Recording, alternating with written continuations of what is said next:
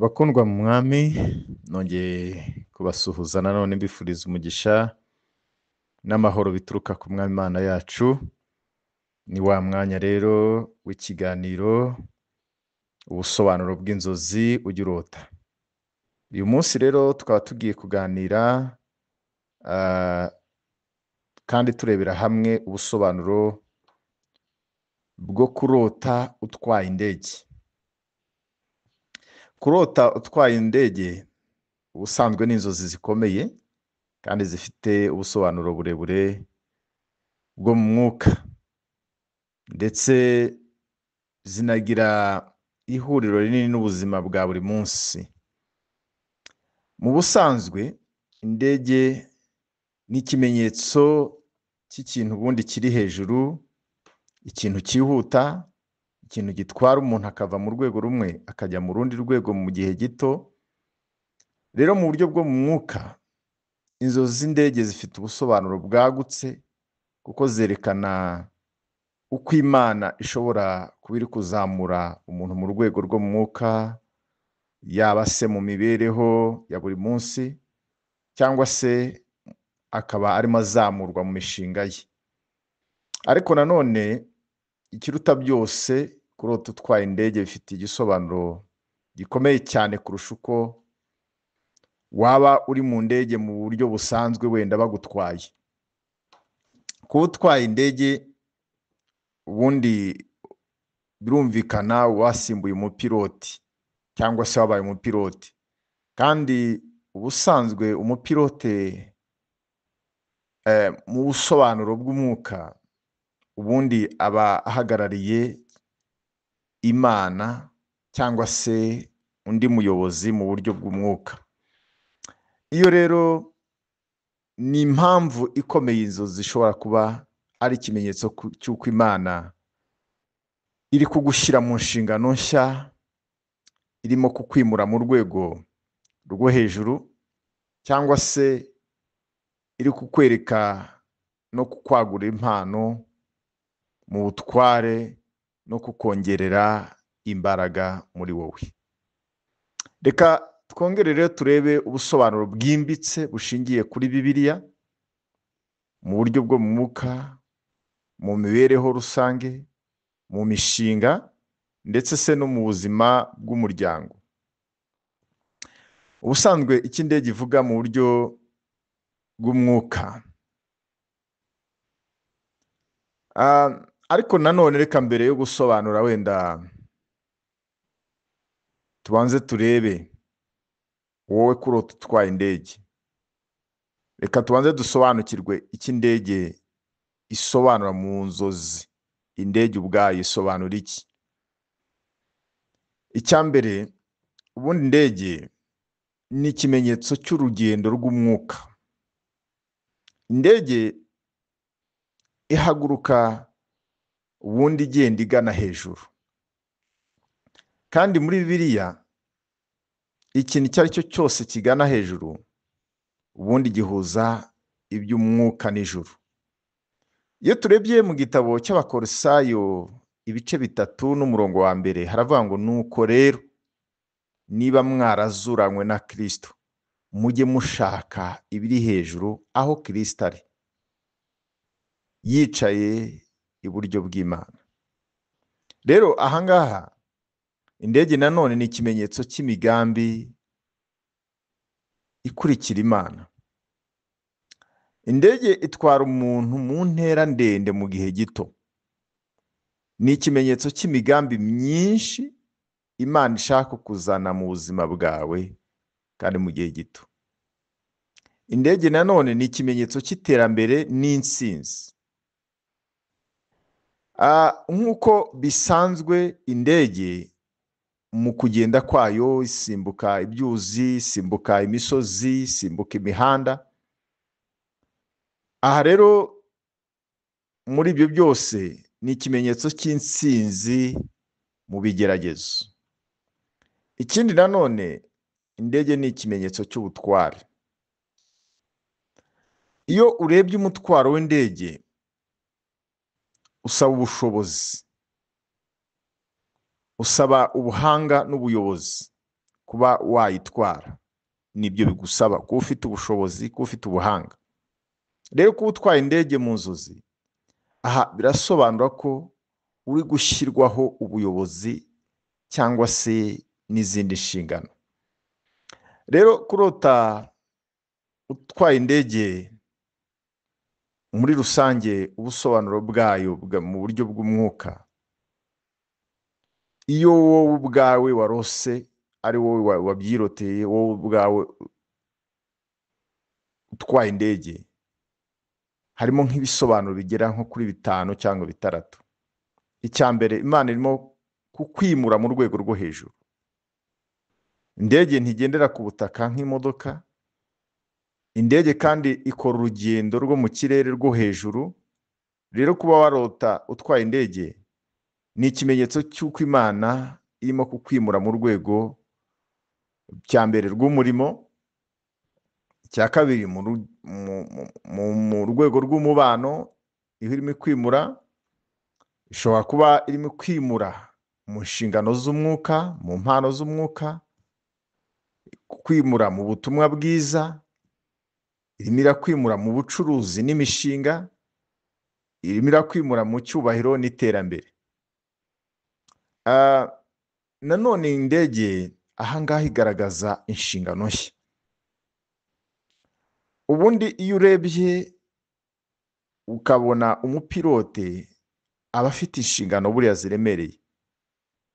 Muri izo nshingano aba afite haba harimo kuyobora, icya kabiri haba harimo kurinda, icya gatatu haba harimo gufata ibyemezo bikomeye, icya kane haba harimo kumva ibisabwa byose no kubyitwaramo neza. Rero niba warose utwaye indege, Imana hari ibintu irimo ikubwira. Irimo irakubwira ngo nshyize mu mutwe wawe inshingano nshya, ntutinye. Ni ikimenyetso cy'uko ibi biri hafi. Hari ibintu biri hafi kuza mu buzima bwawe. Icya mbere ni ukuguhamagara mu buryo bwo mu rwego rwo hejuru. Icya kabiri ni ukukugira umuyobozi mu buryo bushya. Icya gatatu ni ukugushyira ku ntebe y'ubuyobozi mu muryango wenda, cyangwa se mu ahandi hantu. Ikindi ni ukugushyira mu nshingano nshya mu itorero cyangwa se mu kazi n'ahandi. Ikindi ahangaha biragaragaza impano z'umwuka ziri kuzamuka. Abantu benshi barota batwaye indege, ni igihe Imana irimo igukomeza mu mwuka. Ubundi kuba warota utwaye indege se bivuga gukora ibintu bidashobora buri muntu wese, ko ntabwo ari buri muntu wese utwara indege. Aha rero birerekana ko uri gukora mu buryo bushya.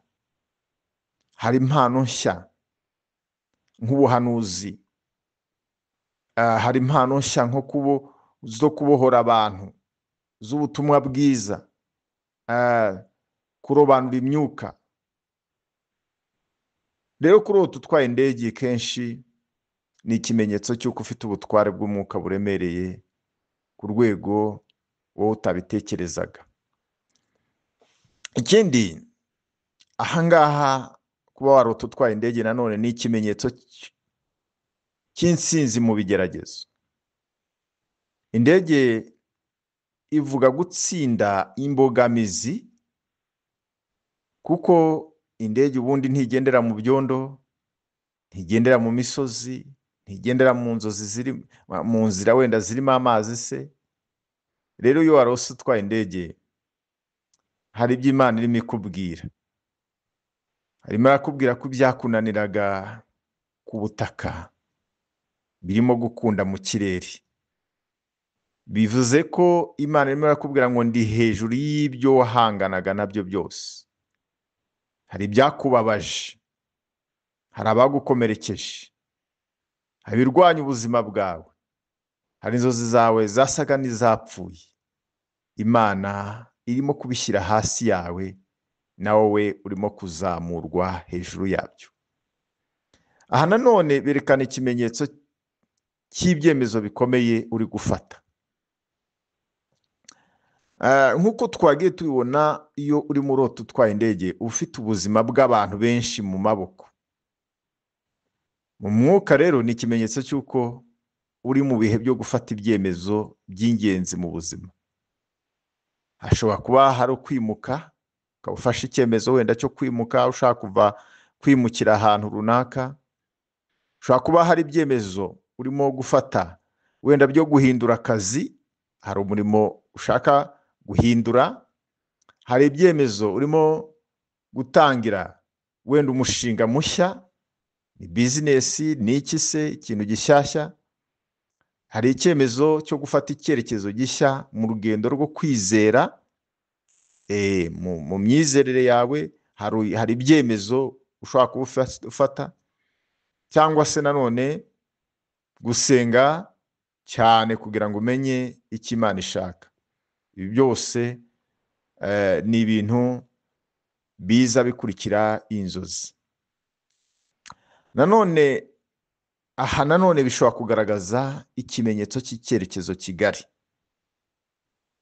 Ubundi nk'ubusanzwe urugendo rw'indege, indege ntabwo igenda ngo igarukire mu gace gato, ijya kuri. Rero izi nzozi nanone zerekana ko ufite icyerekezo kinini kandi Imana irimo kugufungurira amarembo mashya. Aha rero icyo biba bivuze, ibyo urimo gukora bizagera kure kurusha uko wowe wabitekerezaga. Nanone aha Imana irimo kugushyira mu ruhando mpuzamahanga. Abantu benshi bazungukira mu rugendo rwawe, ubutumwa bwawe buzagera kure. Reka nanone turebe, hari indege ziratandukanye nk'uko mubizi. Hari indege ntoya, hari indege nini. Rero niba utwaye indege ntoya,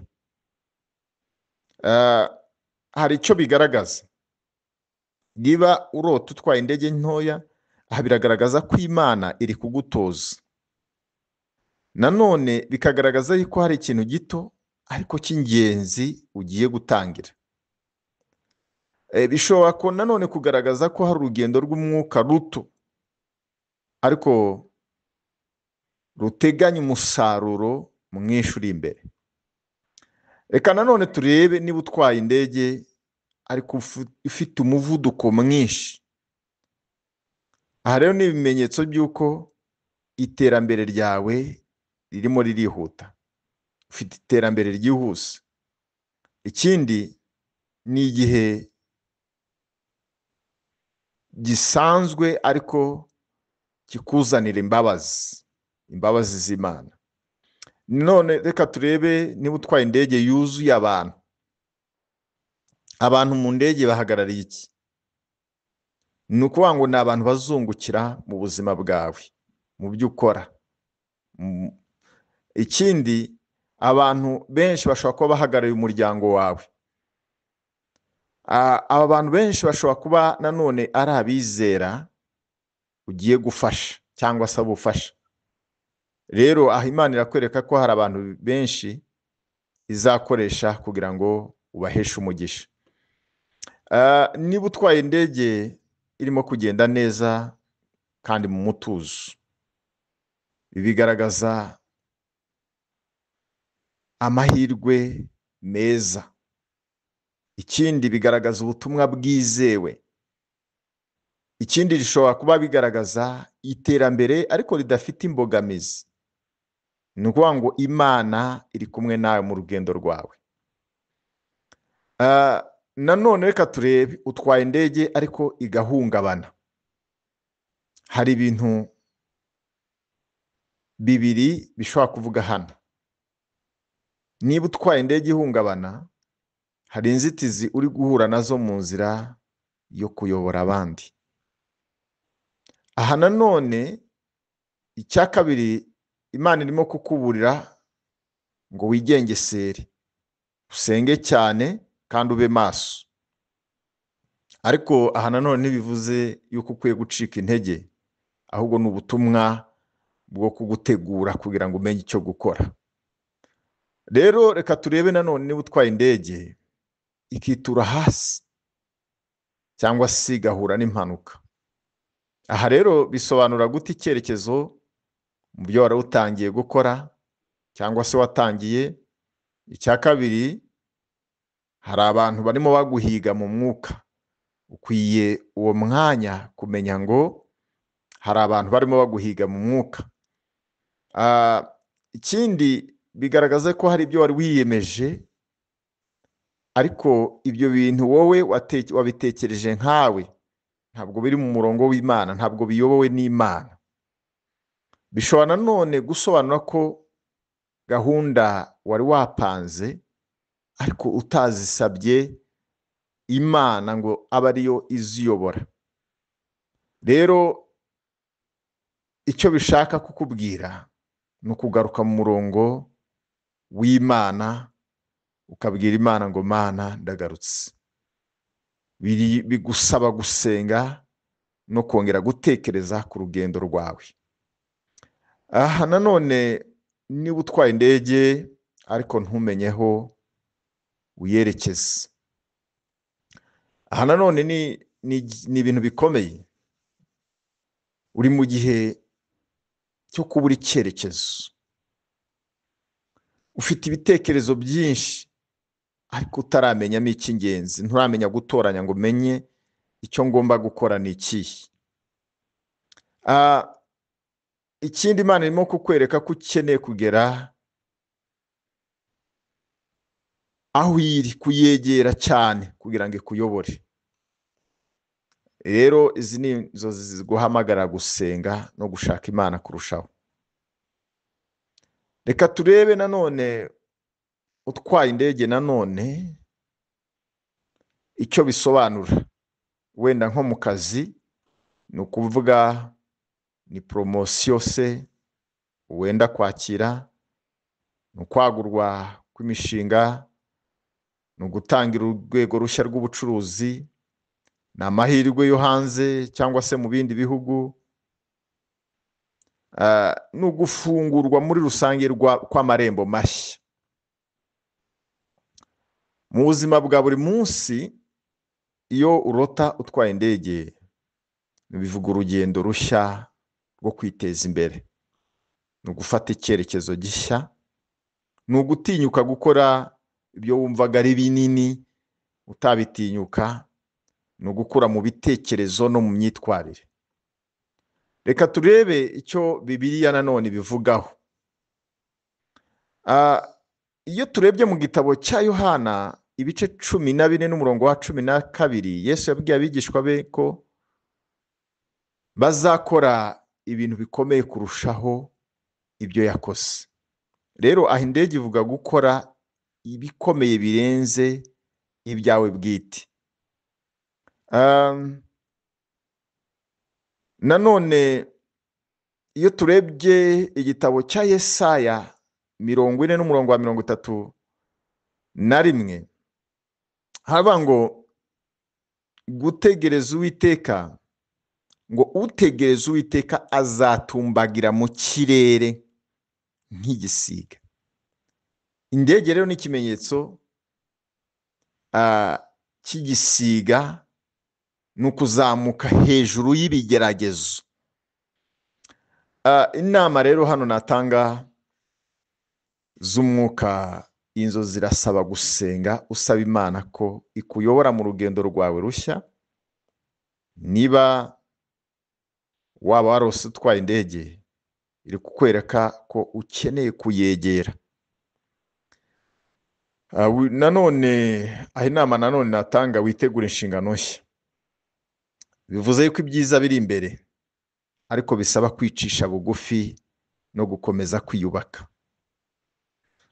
Nanone reba abantu bari munsi yawe mu rugendo rwawe, kuko hari benshi uzasangiza umugisha. Icyakane, wige kumva ijwi ry'Imana. umutwaro wo kuyobora abandi usaba ubumenyi no gushishoza, ariko nanone bigasaba ubumenyi buturutse ku Mana. Icya gatanu aricyo nsojejeho, wirinde icyaha n'igisa nacyo mu nzira yawe. Kuzamurwa mu mwuka bisaba kuba uri mu murongo w'Imana. Rero nkaba nongeye kubifuriza umugisha, nkaba nongeye kubifuriza amahoro, nkaba nongeye kubifuza kuzamurirwa n'Imana mu rugendo rushya Imana irimo izana mu buzima bwanyu. Mukomeze kugira umugisha. Mwari kumwe na Evangeliste Usengimana Daniel. Shalom.